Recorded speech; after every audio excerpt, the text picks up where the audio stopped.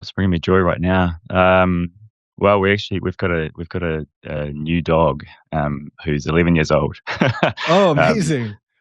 we're dog sitting for a year for our neighbours. A beautiful Alsatian German Shepherd, and he's just wonderful. And the kids are absolutely loving him as well. So it's really special because it's our first sort of family pet, and it's just yeah, he's really easy. He just loves playing. He play fetch all day long, and yeah, he's old though, so I'm kind of worried. Like Alsatians live to about 11 or 12, from what I hear. So, so we'll see how that goes. So he's Yeah, getting extra special care yeah, yeah, for totally. the Yeah, year at your house. Yeah. yeah, yeah. How about Oh, you? that's What's amazing. bringing you joy? Um, honestly, the chance for this conversation, not to be corny. Yeah, I cool. biodiversity is obviously something that's very important to me, and I love having ecologists on the show. And the last round of ecologists I had on the show was about a year and change ago. So I had Carl Safina on the show, I had Paul Ehrlich on the show, and Gerardo Ceballos, and they're all hammering this point about biodiversity. And so seeing you kind of coming to it from your public persona and then getting to dive into your research a little bit Mm, is mm. very exciting to me. Yeah, cool, cool. Yeah, On that note, we are cooking. We got about 27 people in the chat. So one thing I want to say to everybody in the chat is my favorite thing about doing lives, other than getting to talk to subject matter experts much smarter than I am, is that you can leave questions and comments for us. And where applicable, I want to weave those into our conversation. And Jonathan might as well if he sees something, before I do and wants to reference it. So please feel free to say whatever it is you want to say, comment, question, or otherwise. And with that, I'm going to get us started. So I am joined today by Professor Jonathan Tonkin. Professor Tonkin, thank you for being on Urge of Futures. thanks for having me. It's great. Yeah. So let's get right to it. Why does biodiversity matter? Oh, I mean, it's really the foundation for our very existence, right? Biodiversity, like all of the things that we rely on, start with healthy ecosystems. All of the foods that we grow, all the medicines, they've all come from ecosystems, and the biodiversity that's underpinning ecosystems is sort of what makes them tick, right? And the more diverse things are, the more diverse ecosystems are, the more resilient they are to future shocks that we're unaware of. So it really does underpin everything about what we are as a species, as humans, but also the health of the planet. Yeah, that's a sort of a short notes version of it. Yeah. Beautiful. And the Substack note of yours that led me to your work was specifically looking at this idea of ecosystem services. So Mhm. so obviously, like, we should want to protect biodiversity, one, because we love life and we love diverse life. But even if that isn't a priority for you, there's this aspect of ecosystem services. So could you describe what that is and what the kind of rough economic contribution that provides is to kind of help people understand why biodiversity matters for them, even if they don't particularly care about the flora and fauna in question? Yeah, I mean, ecosystem services are all of the things that ecosystems provide humans as a function or as a service. So that can be sort of healthy water for drinking, right? That's like functioning rivers, for instance. They do a job of processing all of the stuff that enters them and clean it up for you. So and it's also like I was saying, sort of about medicine and the carbon sequestration. It's the functions that ecosystems provide that then provide a service to us as a species. And it's sort of it's a very human centric way of looking at things. But the fact of the matter is, they do provide us with things that are of value for the functioning of society. So like drinking water, cleaning the air. Turning carbon dioxide into stored carbon, processing nutrients, cleaning up rivers, all of the things that we think of. But it's also food supply, right? So you've also got sort of provisioning services and things like recreational uh, services, like people going fishing, right? It's something we enjoy to do. It's not possible without healthy, functioning freshwater ecosystems, and so it really does cover all bases. And the value, I can't remember the value, the monetary value I put in that note. I can't remember the exact value off the top of my head. I don't know if you can, but it's enormous in terms of the economic value of ecosystems. I don't remember the exact number either, but I remember that the number essentially eclipses the entire GDP of the world. Yeah, So it kind of doesn't matter if it's 64 or 70 or whatever. If it's like, the point is like, if we lose it, there's no economic trickery we can pull to make our lives good after we've done that. Which is, yeah, yeah. absolutely. Yeah, yeah. I mean, there's no reversing it, right? Like, so it's not something we can just see disappear and then make it return. It's something that we need to protect from the outset. So this is going to sound a little elementary, but I really want to make sure that we've like brought everybody along on the journey. Why is biodiversity at risk? Yeah, good. I mean, that's a really important way to start. There are so many reasons why it's at risk, and it's already been hammered in the particularly the last 100 years or so. For so far, the main reasons biodiversity is declining are largely through habitat alteration. So land use change is the first the major driver of biodiversity loss over the last 100 years, and more over the last 1,000 years even. Um, Climate change seems like a major one, and but it hasn't been yet, right? So the predictions are that the role of climate change in driving biodiversity loss is going to start to take over land use change over the next sort of 30 years.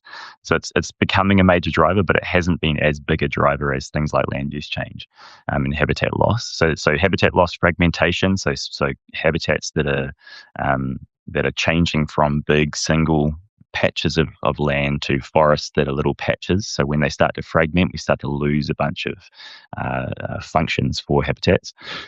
Pollution is another one. Invasive species is another really important one. That continues to be a major problem. Trying to think of the other ones. Those are the main four. There's a fifth that's dropping off the top of my head at the moment. But these are things that are already happening, but they're also continuing to happen and continuing to increase in their importance as we continue to drive things in the wrong directions.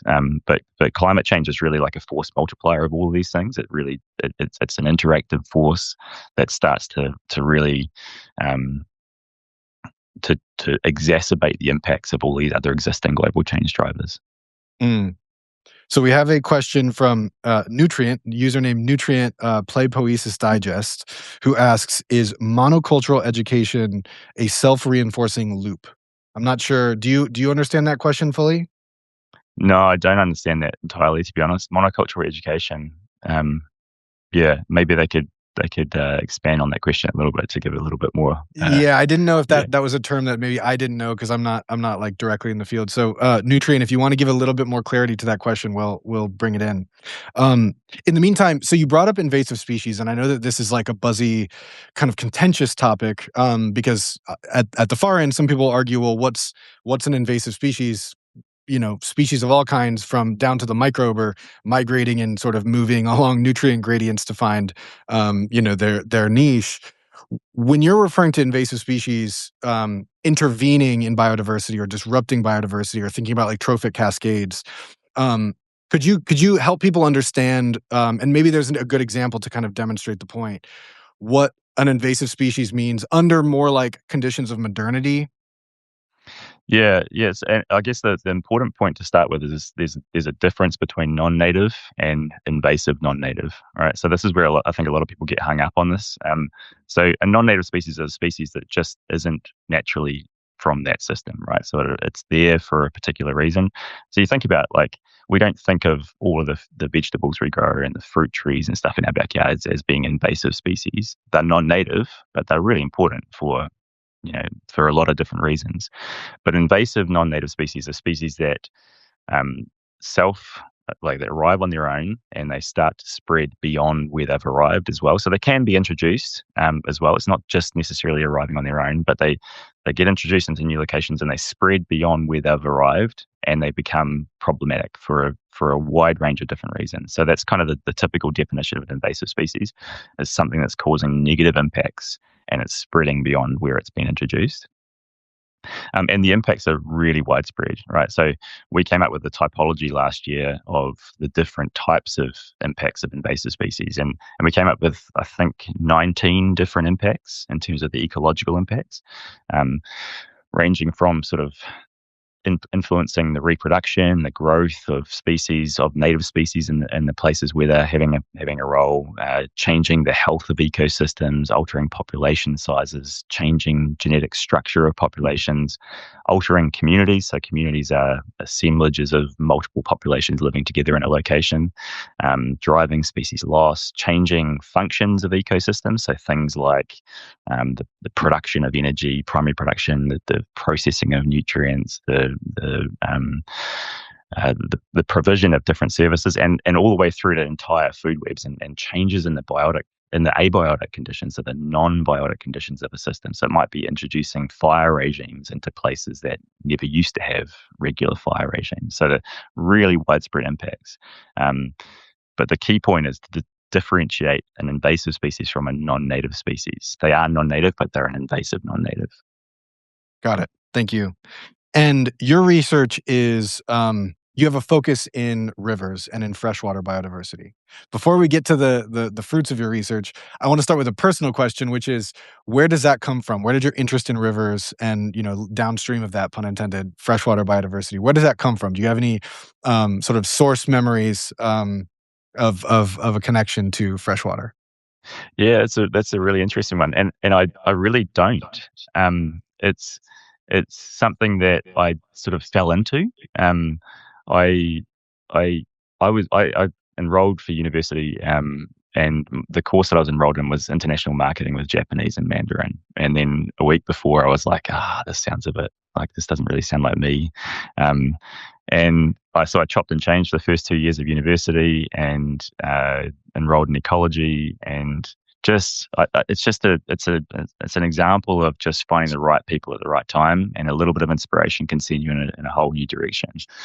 So I had a lecturer at the time that really inspired me. He was just frustrated and angry with how little progress there'd been in freshwater ecosystems, and New Zealand's particularly.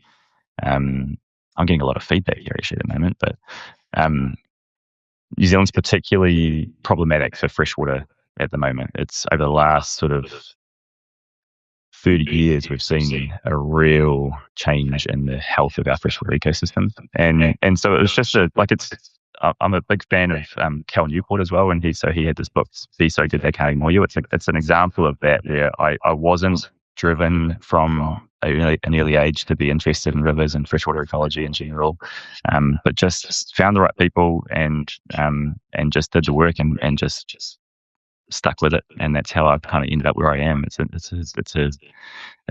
I always worry about people being told to follow their passion, because a lot of people don't even know what their passion is, and they've just got to stick to something. And then when you become good at it, you start to enjoy it more. No, it's fascinating. Before I ask my next question, are you still getting that feedback, or was that just a glitch?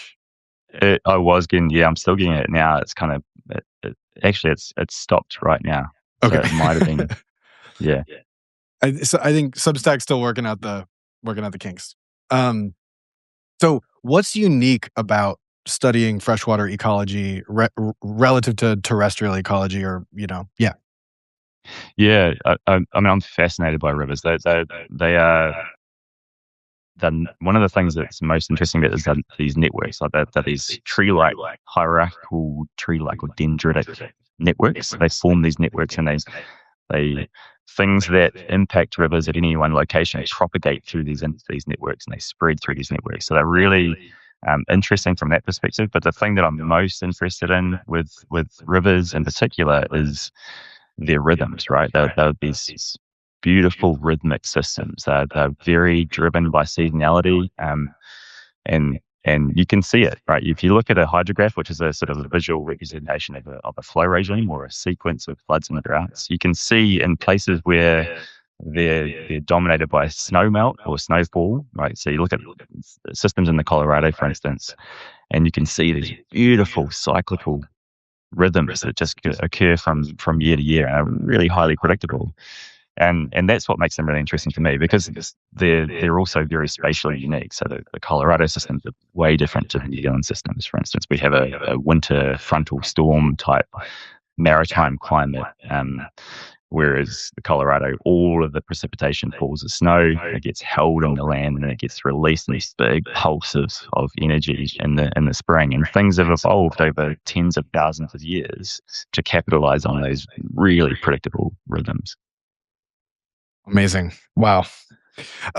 We have a question that I think is a little more terrestrial focused, but maybe there's a river freshwater corollary to it. So Urs asks, are plants connected to each other through soil, fungi, or even river systems? And do they communicate in any meaningful way? So I think, yeah, if you could tailor that more toward the river, the freshwater side, I think.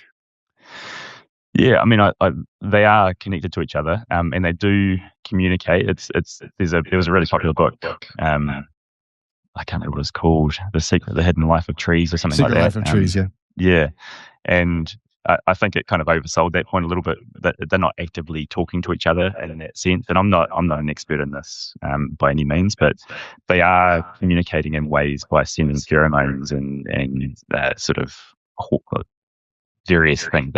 They're interacting with each other in terms of the transfer of nutrients through their fungal networks and things like that. Yeah, I'm still getting a really bad feedback at the moment. Sorry. I don't know. I'll try to move my mic. Is anything better? We'll see how it goes. It might be. Yeah. Okay. Oh, I didn't know if you were still going. Yeah. Is that? No, it's all good. Okay. Feedback still coming? Maybe it's gone away? It's gone away for now. Yeah, it kind of ramps up as I'm speaking. Got it. Okay. Substack, if you're watching, please fix it. So I want to talk, there's a lot about your research I want to get to, but I also want to get to, like, one of the focuses that I'm really taken with, obviously, my work as a foresight strategist, is the work you're doing around forecasting adaptation and trying to map how ecosystems are responding to climate change and biodiversity loss. Why is that important? Like, help people who are not in the sciences understand why mapping that type of data is important for us. Yeah, I mean, I guess the challenge is that we're often just flying blind into the future, right? Like we have so little information to act upon, and that's we're so troubled with a lack of quality data as well in many cases, that it becomes really difficult. But the thing with climate change, what's happening right now, is it's really a period of non-stationarity, which is effectively that the conditions are changing in ways that are unpredictable. So we're changing the average conditions, but we're also changing the range of variability that's happening. So we're seeing much more variability in the conditions. We're seeing all these extreme events that are occurring, whether that's floods, drought, heat waves, all these sort of things. So it's really challenging to predict what a future will look like. So a lot of these models are highly uncertain, but we have to learn to operate under extreme levels of uncertainty, because it's impossible to predict things with real certainty. But one of the things that I push for is developing models that are based on sort of fundamental mechanisms, rather than sort of looking at a historical range of variability and correlating the average conditions, say temperature versus population size or species richness. When we live in a non-stationary world, a world that's changing rapidly, and the conditions in the future are going to be completely different from what they were in the past, those sorts of correlation type models really fall down. And so if we build models based on these fundamental underlying sort of first principles, these whether that's sort of the demographic structure of populations, growth rates, birth rates, survivorship in response to particular events, we can start to project beyond what we've seen in the past. And that's kind of how I think about it. Amazing. I have follow-ups, but there's a very related question from the chat, which is what type of analysis techniques, mathematical or otherwise, do you think will be essential to progressing research into freshwater ecology? And if I could bolt on a question to that question, is like, how does that tie into this forecasting work you're talking about, where you're having to deal with seemingly disparate data sets? Yeah, I guess I've progressed over the last few years. We wrote a paper back in 2019 that was really pushing for these mechanistic models because of the necessity of them for understanding these non-analog conditions that we're experiencing. But I've become more pragmatic as the years have gone on, and I think it's unrealistic to push for one type of modelling approach. We need to sort of use the right tool for the job, and often we have such poor quality data sets to work with that we have to use methods that sort of leverage messy data, combine different forms of data. So there's these types of models that are called hybrid mechanistic statistical models that leverage different forms of data and smush them together to try and get the best of both worlds. So yeah, I wouldn't push for any one particular technique. It's really about using the right tool for the particular challenge you're facing. Am I right in supposing that a big part of the challenge of doing that is knowing what the right tool for the given job is? Like when you describe it, it sounds like it's like a level of complexity that my brain starts to kind of bend of like, well, is it these animal plant mutualisms? Is it, hydrological data? Like, how do you, talk to me about that process of how you start to figure out how to even put together a hybrid model that's effective. Yeah, that's a really good question. It's about understanding the system, and trying to every model is a simplification of reality, and some models are good, some models are terrible because you've chosen the wrong assumptions, right? So it's about boiling these systems down into the most simple form you can possibly boil them down into that maintains the most important parts of that system. And so for rivers, for instance, the stuff that we've been doing in the past, building models in the past, were around sort of linking river flow regimes, so sequences of floods and droughts, and particular types of events, and linking them with population structure and dynamics of the system. So, for instance, thinking back to the points I was making around sort of these rhythmic systems in the Colorado, for instance, these are systems where species have evolved to release their seeds, cottonwood in particular, within these very small windows of time that align with the flood peak, right? These really predictable cyclical flood peak events. And so there's this model called the recruitment box model for cottonwood, which is basically that they release their seeds in this window for them to recruit. The timing of their release of the flood event has to fall within that window of time when they release their seeds. The flood event has to be of a certain magnitude to carry the seeds into the riparian zone, the zone alongside the river. And then the rate of decline of the hydro period, of the hydrograph, the flood peak, has to be at a certain rate. If it's too fast, the seeds dry up because they can't send their roots down fast enough to keep up with the receding water. If it's too slow, they start to sort of stagnate in ponding water. So all of these very, very specific conditions are required to be met for them to recruit in a particular year. And then, so if the timing of those events shifts gradually over the next 50, 100 years, then they'll begin to never recruit, and you'll see an aging population where there's no juvenile species coming in, or individuals coming in. And then you can start to link species together. So that's the sort of first principle for how cottonwood survives in that system, or takes over that system, or however you want to say it. And then there's other species that rely on cottonwood, interactions with cottonwood. So when cottonwood dominate, there's very little space for other species to come in. But as soon as they stop recruiting, bare ground opens up and other species come in, like invasive tamarisk or various other species, or desert specialists. So we've done that in the past, and we've seen how as you start to remove flood peaks, as you start to increase drought frequency, you get a complete reorganization of the network of species that exist in those systems. Wow. I mean, just even as you're describing it, it's like, I know that the sort of the sentiment underpinning this is, of course, there's like a grief and a tragedy because our behaviors are, destroying the conditions that make that happen. On the flip side, there's also this wonder that such a complex web of interrelationships ever came to be in the first place. Yeah, it's fascinating, right? Like the seasonality and these rhythms that the Earth is sending around are just absolutely fascinating, right? And it's just so interconnected, right? So changes to any one species or one individual in an ecosystem can have these massive propagating impacts on other members of that ecosystem. And it's not just local effects either. It can be, those effects can be translated among ecosystems. It's really highly interconnected. So everything is really on a knife edge. Mm-mm.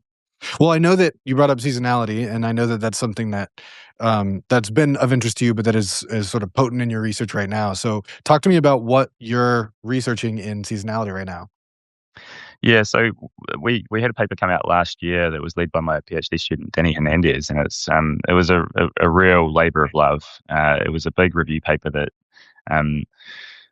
uncovered the consequences that we've been overlooking in terms of changing seasonality. So we're seeing seasons changing, and they can be really minor. So there's we can think about seasons in terms of their magnitude of events, their frequency of events, the timing of events, the duration of events, and all of these things are changing. They're changing in different ways in different ecosystems around the world. And changes to any one of those aspects of seasonality can have impacts on any part of an ecosystem. It could be the structure of the genetic structure of a population. It can be the community, the structure of a community, or the assemblage of a community, and it can be the function that an ecosystem performs, like carbon sequestration or nutrient processing. But what we've overlooked in the past is that when any one part of the ecosystem changes, the impacts of those changes to the seasons can propagate from one member of the ecosystem through the entire web of interactions. And so they can have these really major propagating impacts that we've overlooked so far. So that's kind of a major part of our research program moving forward, is to try and really disentangle those really intricate connections between different parts of an ecosystem and how they respond to different changes to different frequencies that they've experienced in the past. Mm. And I know that it's not necessarily your job to propose recommendations, but when you're doing this work, is there even anything other than obviously curbing carbon emissions and limiting, land clearing for big ag, like all these kind of obvious things? But are there ever moments in a more isolated ecosystem where you're like, oh, there's a particular type of intervention a managed intervention we could make? Like I'm thinking of fire tending, controlled burns as a way to sort of manage the effects of large scale wildfire. Are there things like that when we're looking at particularly freshwater ecosystems? Yeah, there are certainly things like that for sure. There's a lot of good to be had by just focusing on restoring ecosystems, but a lot of the time people are focused on trying to restore to the past, and those conditions don't exist, right? The climate envelope is different now and over the next 50 years compared to what it was 100 years ago. So trying to restore to the exact conditions, the same species that were present 50 years ago, is probably an approach that's destined to fail. My sort of feeling is that our fundamental need is to focus on, rather than being reactive, it's about being proactive and anticipatory. So it's building sort of systems that are resilient, and it's focusing on sort of, if we can predict different sort of scenario interventions, then we can sort of understand the range of conditions that could be possible and how we might restore or create a resilience for ecosystems in the future. One of the interesting ones that I think about is, so we published a paper last year about giving rivers room to move. That's a big part of sort of flood risk mitigation. It started back in the Netherlands in response to major floods that occurred, and they had this choice to make: do we continue to build bigger and bigger stop banks or levees, or do we start to think about moving them back and giving the river back a little bit more of its space that it needs? And just from a flood risk mitigation perspective, that's really useful. But we've actually overlooked the ecological co-benefits of that. There's all of these co-benefits that are to be had for the ecosystems by just shifting the levees back just a little bit, right? To giving the river a little bit more room to be its own self again, provides all of these co-benefits for ecosystems. And that's something that we're really sort of starting to face in New Zealand. It's beginning to be talked about, particularly for the flood risk perspective. But I'm trying to push for the benefits that can be had, so that there's really win-wins for ecosystems and humans alike that we need to be focusing on. Well, I until last year I lived in Los Angeles, and I know that one of the great follies of that city. I mean, I love that city. I'm not sort of besmirching that city, but one of the great follies of the urban design of that city was paving the river and sort of locking it into a particular route, when the indigenous people for eons had known that this is a river that actually does move wildly. Sometimes it's, huge and it's 50 yards in either direction larger, and sometimes it's very thin, sometimes it's wiggling across. And I'm assuming that LA has probably lost out on incredible ecological benefits for the exact reason you're describing. Yeah, for sure. Yeah, and we have a lot of braided rivers in New Zealand, so the rivers that sort of come off the really high energy Alps and they deposit onto the flats, and then when they hit the flats, you can actually see the image of it in the background. They start to braid and form multiple channels, and these are they look, to a lot of people, they look like biological deserts because it's just a lot of gravel. So they look like it's just water being passed to the sea as quickly as possible. And so let's just narrow them up a little bit more and use some of the boundaries for farming or whatever. And a lot of the time we have really difficult decisions to make because we're living on river boundaries as well. So we can't necessarily just shift the whole population back away from the edge. Christchurch, where I live, is on the historical floodplain of the Waimakariri, which is a really major braided river in New Zealand, really high energy system. But yeah, so the what looks like a biological desert are actually really unique, highly diverse ecosystems that house really important endemic species. So we have a lot of wading birds that use the bare gravels to raise their chicks. They lay their eggs in the gravels because they're camouflaged. They all have very specific niches that they let. Some of them live right on the water margin, some live much further back. There's a whole bunch of different parts of these ecosystems, and the cool thing about them is that they seem really dynamic, really incapable of supporting biodiversity, but they're actually all the whole system itself is really stable, which doesn't make much sense when you look at it because they're flooding on a weekly to monthly basis, but the different channels are all flooding at different frequencies, and so everything's at a different stage post flood impacts. And so across that entire channel, each one of those channels is potentially really disturbed, or disturbed being some of them are really disturbed, some of them are much less disturbed. And so they're fluctuating wildly. But when you put all those fluctuations together, they're all fluctuating asynchronously, and they become really stable at the whole system level. So it's this stable yet disturbed sort of paradox that we think of. Really, really interesting systems. Wow. Well, and it just speaks to just how little we actually understand, and how much more humility we should be approaching this with. We had a question, and I'm trying to pull it up, but my app keeps pulling it.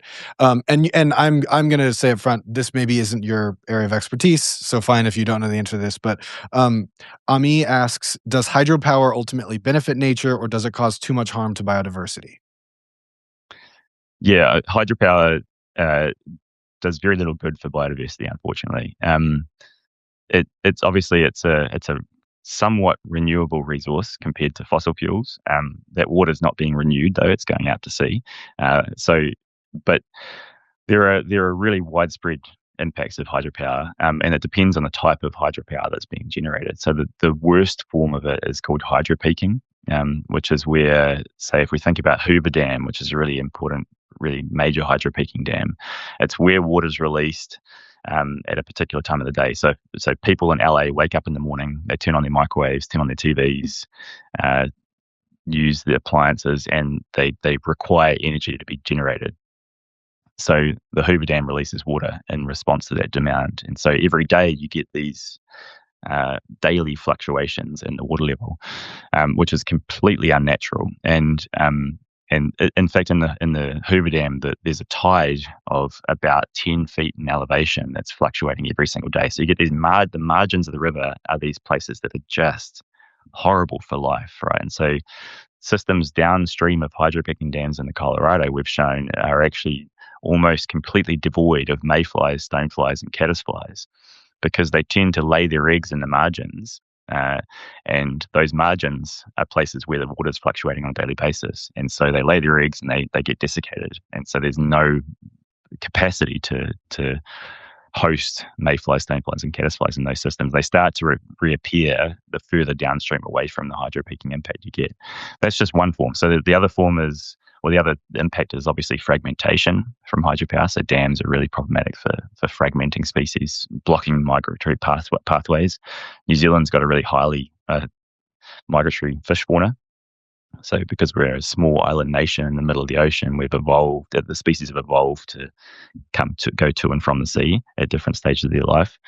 And then it's just changing rhythms. So other forms of changing the rhythms other than hydropeaking, where you're just taking that signal away from species. So like I said about the Colorado system, where things have evolved to that really cyclical nature of the flow regime, when you take that away, and it can just be not hydropeaking, but it can just be taking that signal away. So taking the peaks off and taking the troughs out, so taking the floods and the droughts out of it, you get this, what people think is actually productive. It's actually really counterproductive because the things that are in that system are there because they've evolved to capitalize on those events through releasing their seeds, through timing of spawning migrations, all of these different aspects of life histories. Mm-hmm. See, this is why I'm so glad that we have the audience questions. I never would have thought to ask that question. I feel like I just learned a ton. So, thank you for that. And also just a reminder to everybody, feel free to ask questions or throw comments in the chat. This has already been enriched by questions that y'all have asked. I feel like this is a really natural way to segue into the other part of the title, where we're looking at human urgency versus ecological rhythms. I feel like this question of hydropower fits in there, where it's like, we got to solve the fossil fuel emissions problem, so we need these alternative energy sources. Like go. And one thing that I've appreciated in digging into your writing is the way that you're kind of holding in tension this human urgency, and you've advocated for this idea of patient urgency, alongside ecological rhythms, which operate on very different timescales. So if you wouldn't mind talking about that. Yeah, I guess it starts with why I'm even on Substack, writing on Substack. And that was a decision I made, it's almost 2 years ago now, where I just thought about the fact that I was at this sort of position in life where my kids are 6 and 10 now. And I was just like, is my research really moving the needle enough? Or is there something else I can be doing? So I thought, well, one of the options was to start to be more public and trying to push for at least getting my research out there. But it's evolved into me sort of brainstorming in public a lot of the time. It's just me thinking out loud and talking about what are the fundamental things we're doing wrong, what can we be doing better as a human species, as a society. So I talk a lot about this sort of tension between research, I guess, but also human progress. We're sort of hit by a lot of apathy at the moment. I think that's one thing that I find is really important. And actually, we've got a research program that's just started that's using sort of interdisciplinary and transdisciplinary methods to really look for solutions for problems at the biodiversity climate nexus. So I'm working with an economist who, and some of the problems we're thinking about are around, are there ways that we can link sort of ecological theory, evolutionary theory with economics and social dynamics, and sort of trying to understand sort of the evolution of rules and values in society through an eco-evolutionary lens, sort of just trying to come up with creative ways of doing things. I think that's something that I like to think of my Substack as helping me to do in my research. So I really wanted to change how I was going about things. I'm still an ecologist by training and at heart, but I'm pushing a lot of my research and public outreach into different spaces. And I think creativity is what we need, and that's what I try and be. I'm trying to be more creative in how I go about things, and I don't know if it's working or not, but we'll see. Well, for my part, it definitely is. And I know, I mean, I'll speak from the American academe perspective. I know that oftentimes, particularly scientists are discouraged either implicitly or explicitly from having a public position, and from particularly having a public position that might read as alarmist. And so talk to me about the ways that you've experienced, like, taking on this public persona. Your Substack's been very successful. What have you encountered, and, like, how have your colleagues and the researchers on your team, like, reacted to this public presence and these you know, interventions in sort of human systems that aren't grounded necessarily in the science, talking about joy, talking about timescales. What has that experience been like for you? Yeah, I think from the outset, the main concern I've had is about the sort of l- people looking at it as me losing my um, objectivity as a scientist, and so I've been really worried about that. But I think I've pushed back about that. There was a paper, I wrote a post about it last year or the year before. There's a paper that came out from a famous climate scientist in late 2023, I think it was, or 2024. And it was talking about how climate scientists need to shut up and just do science, and stop advocating. And I sort of push back around that. I think we are not objective robots as scientists. We are human beings, right? And we do this research because we love it, right? Like, I love ecosystems, and there's no way I'm ever going to be 100% objective, but it's about recognizing what the assumptions are that go into my research, and what the yeah recognizing where the objectivity fails or falls down. But I think, like, I can still, like, and it's about keeping trust with people as well. Like, I can still be passionate about ecosystems, but provide robust science that isn't blurring the facts. And I think that's where it's really important that we have to speak out. Like, the world is in crisis, and from 100 different angles. And I think if we don't speak out as scientists, then we leave a void for other people to speak into, and maybe they're not the right people to be doing it at times. And so the more that we can speak out, I'm not saying that we should be the only ones that speak out, of course, but if we're informed about the situation, then we should be pushed to be speaking out, because it's our responsibility. Oh, I love that so That's much. yeah, that's my take on it. I love it. I love it. When I had Paul R. Ehrlich on the show, he said something to the effect of, we're accused of being alarmist, but it's because we're alarmed. Like, Yeah, yeah. Right? Yeah. Like, who wouldn't be alarmed given the state of things, right? So we have to be speaking about these things. yeah. Sort of flipping that, opposite of that coin. You wrote about joy, and I want to read for the audience a quote from one of your pieces, and then have you reflect a little bit more on it. So you wrote, "When everything feels urgent, joy can seem a bit indulgent. But I'm beginning to realize it's essential for resilience, sustainability, and connection. And as I come to below for generating good ideas." So here's a short reflection on why joy matters. You then have another sentence. So in the same piece, joy isn't a distraction from impact, it's part of what makes it possible. So talk to me about how, especially given what we just talked about with this, like, presumption of scientific objectivity, you're navigating joy, and kind of coming back to the sort of very beginning of the conversation, like, why that matters and how you're finding it in your work. Yeah, yeah. It's a while since I wrote that post, so it's interesting to hear that again. And I still fully stand by that. And I think it's about doing things that you find joy in, right? Like, we if we were to the stuff that we reflect on as ecologists and climate scientists, or whatever it is, like the stuff that you work on, Jesse, as well, and it's most of the time it's pretty horrible stuff, right? Like, we're seeing species go extinct on a regular basis. We're seeing, policies get reversed or put in place that are just completely destroying the environment. So we wouldn't survive if we just if we weren't able to find joy in other ways. So for me, it's about sort of coming back to the creativity idea. It's about finding ways to work with people you like working with. Like I don't work with people I don't want to work with anymore. Like I'm at the stage in my career where I don't have to. I can say no as much as I like, right? It's about finding people you want to work with, and it's also about just doing things that you find enjoyable. And I think, like, for me, that's why I'm trying to come back to creativity as much as I can in terms of what we do. So doing things. So a lot of the stuff that I'm doing now is very much putting me in an uncomfortable space, right? Like I could have stayed as a stream ecologist, so that's where I started as in my PhD, way back, looking at invertebrates and streams, and like I'm still interested in that, but a lot of the stuff I do is completely unrelated to that now, and that's because I think that the key thing we need to be doing is we need to be doing stuff that's not the status quo, right? Like the challenges are so dramatic now that we need to come up with ways that are unusual. Look for really like unusual ways of doing things, because those are the things that might push the needle. Even if they fail, they have a chance, right? So I find joy in pushing myself outside of my comfort zone, and so I try and put myself in that position as much as I can.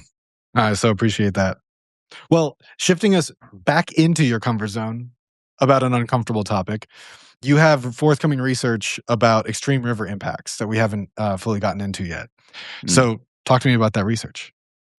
Yeah, so this is it's a review paper that's coming out next month, I think. And I guess I found that there's just it's a time when we're seeing increasing amounts of extreme events hitting rivers, whether that's extreme floods, extreme droughts. And I guess the thing I'm most concerned about is the sort of compound events that can occur. So individual events that might not be extreme in nature, but when they combine with other events, they can be extreme. It might be or it could be an extreme flood followed by an extreme drought. Things are in stages of recovery, and they get hit by another event. We're seeing a lot of that in New Zealand in particular, but also around the world, where you've got one of them is called a precondition extreme event, where you've got wet ground that's experienced a lot of rainfall over several weeks, and then you get another extreme rainfall event, and we see these massive impacts that are not just extreme ecologically, but for human infrastructure and even lives that we've seen in the last few weeks in New Zealand. So there's a real need to understand the diverse ways in which extreme events are impacting rivers. And so we sort of focused on unpacking those from a sort of right through from population through to community, ecosystem, and meta systems, so the connected nature of ecosystems, and the interactions between different types of events. So, it's not like it's also things like underlying sort of land use change, that those systems are more vulnerable to extreme event impacts because they don't have the sort of buffering capacity that a system in natural forest would have.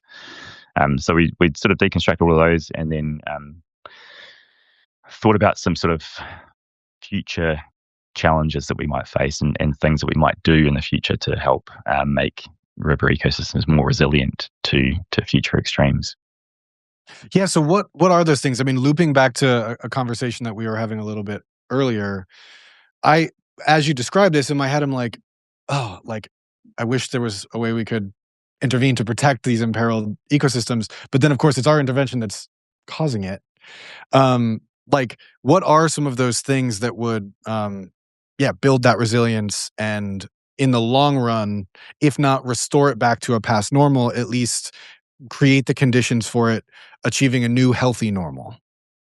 Yeah, there's a lot of things you can do. And I think coming back to that point I made earlier around sort of being less reactive and being more proactive in terms of the way we manage. So it's starting by modeling an ecosystem or modeling a system and understanding the possible range of options that might be playing out in the future and being prepared for those. I think a lot of the time we're too focused on the now and not anticipatory enough around what the future might look like. So having the full range, like being prepared for the worst case scenario. I wrote a post on Stoic philosophy a while ago and using the sort of the envisioning the worst possible case scenario, and that's pretty sort of doom focused, but it's also making you aware of what are the possible options that are on the table, so we can start to prepare various things to respond with if the worst case does arrive.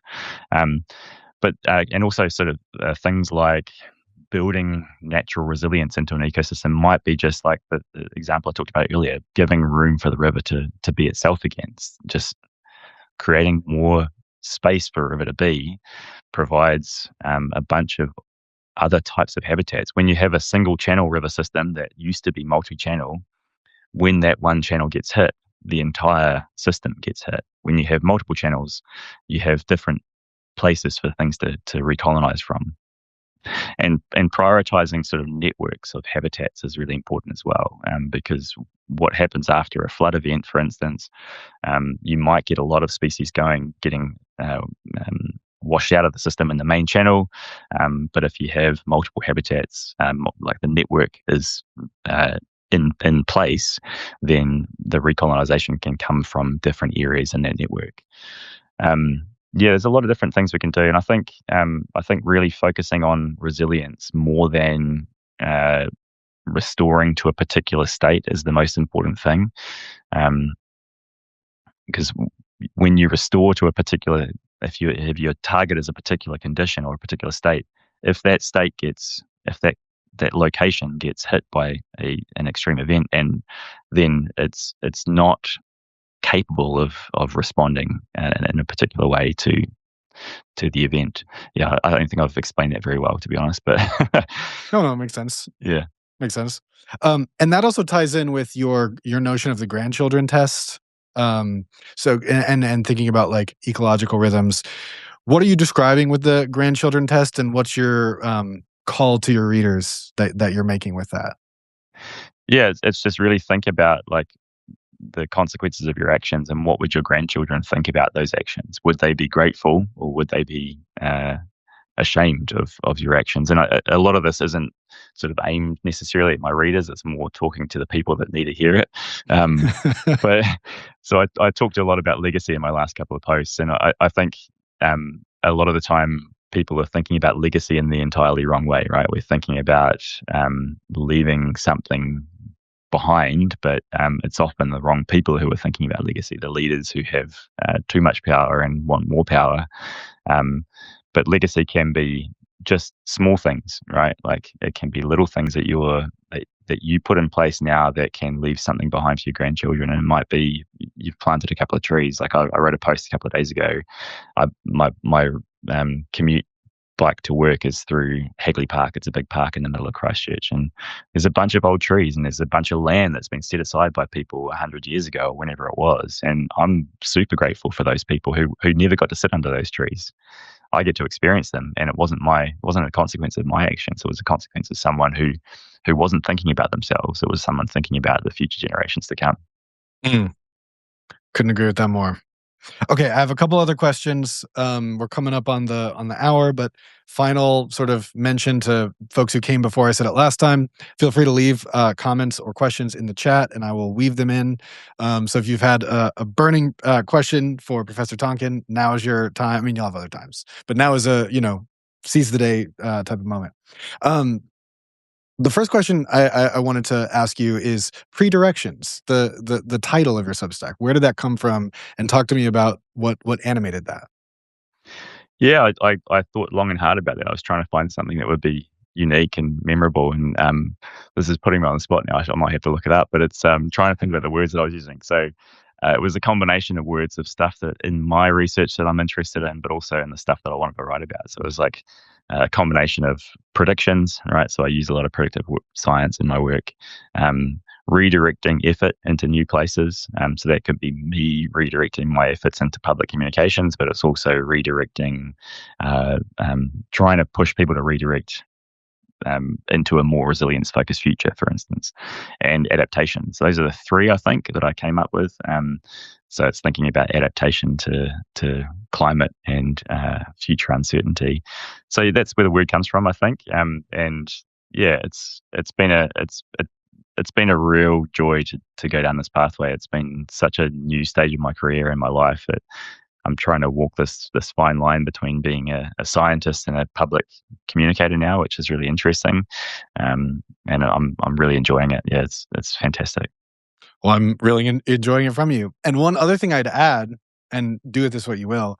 One thing I sensed in pre-directions kind of was in your ecological rhythms idea of like the pre-directions that predate the current moment, that create the ground conditions for an ecosystem to be how it is. So I was sort of sensing into that, and I don't know if that was also there for you, but just wanted to share that. Amanda I love that Royal though. asked, "Oh, go ahead." That's cool. Yeah. No, I was just going to say I love that. It's cool that you came up with your own version of it as well, and I think that's fantastic. Yeah. Oh, Yeah. amazing.